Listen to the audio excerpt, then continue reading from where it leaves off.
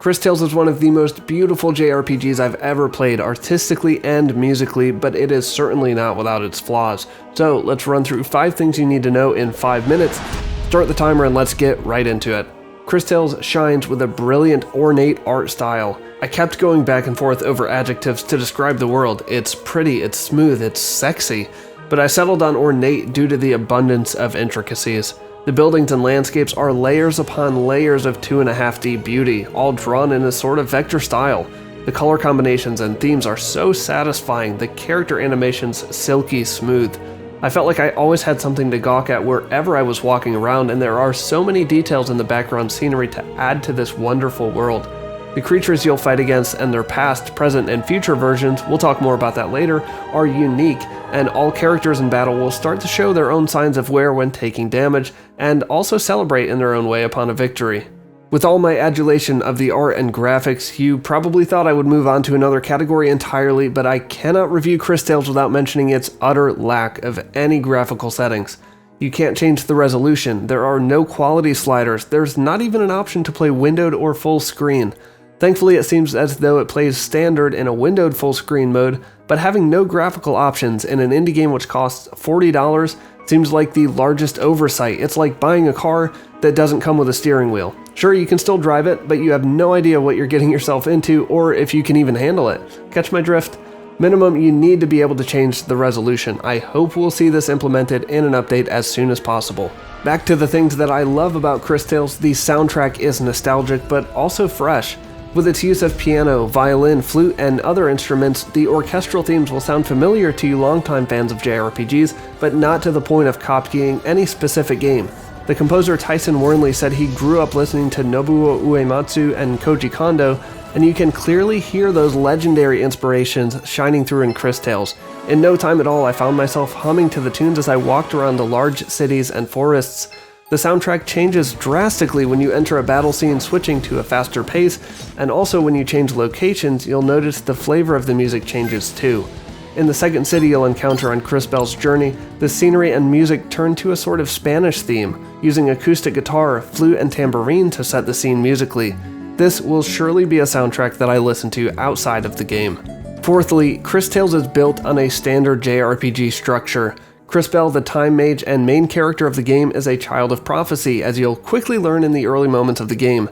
She will meet some friends on her journey, some will stay, some will leave and then come back later because that's just how JRPG friends are. There is an overworld to explore, and when not in the overworld or cities, you will encounter random enemies. Battles are turn-based, using elements and the past, present, and future time windows to manipulate the age of your enemies and also the potency of certain effects that you can apply.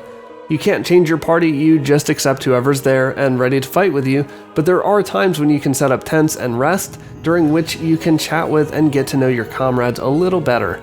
The one major difference from JRPGs I've played is that you can complete side quests, I know, stay with me, you can complete them in order to change later decisions and options.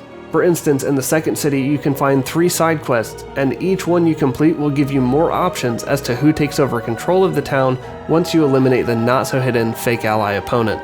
This not only adds incentive to completing side quests, which I never need, but it also gives you impactful choices should you choose to complete the side quests, which I think is uncommon in the traditional JRPG sense. I'm going to pause the timer for 7 seconds while I kindly remind you to like, subscribe, and all that jazz. Thanks so much. The 5th thing you need to know is that the super cool time travel mechanic is dumbed down beyond reason. This is probably the biggest kicker of the game for me, in that the game holds your hand for a lot of things. The mechanic of having all 3 time frames, past, present, and future, on screen simultaneously is ingenious, and many quests rely on this feature. But instead of being something for you to use cleverly and investigate with, things are instead highlighted with a certain symbol when you see them that alerts you to send Matthias the Frog into that dimension, or one of your party members will blatantly tell you to do that. This could have been something that added so much replayability to the game, finding little secrets or quests that you missed the first go around, but sadly almost everything is handed to you. It's not just the time travel though. At one point I walked into an underground cavern where there was a closed gate and one mounted lever standing in the middle of the room and nothing else in sight. And then a character actually says, "It looks like we need to find a lever that opens this gate." No kidding! I understand that the game doesn't want players to feel held back by not knowing what to do, and that has been a complaint of mine in the past concerning other games, but there has to be some middle ground between being blind in the dark and your friend Captain Obvious pointing out every next move. The time manipulation in the battle sequences is really fun and interesting though, in that you can, say, poison enemies and then send them to the future where the poison has taken full effect, and some other fun combinations of the like that you'll unlock over time.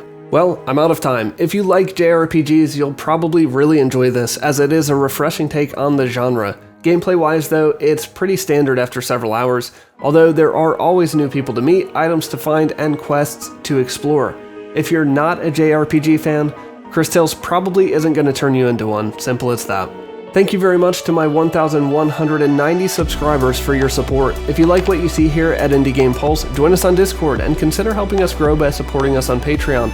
Links are in the description. For more top indie game countdowns and reviews, check out the videos on your screen now, and I'll see you on the other side.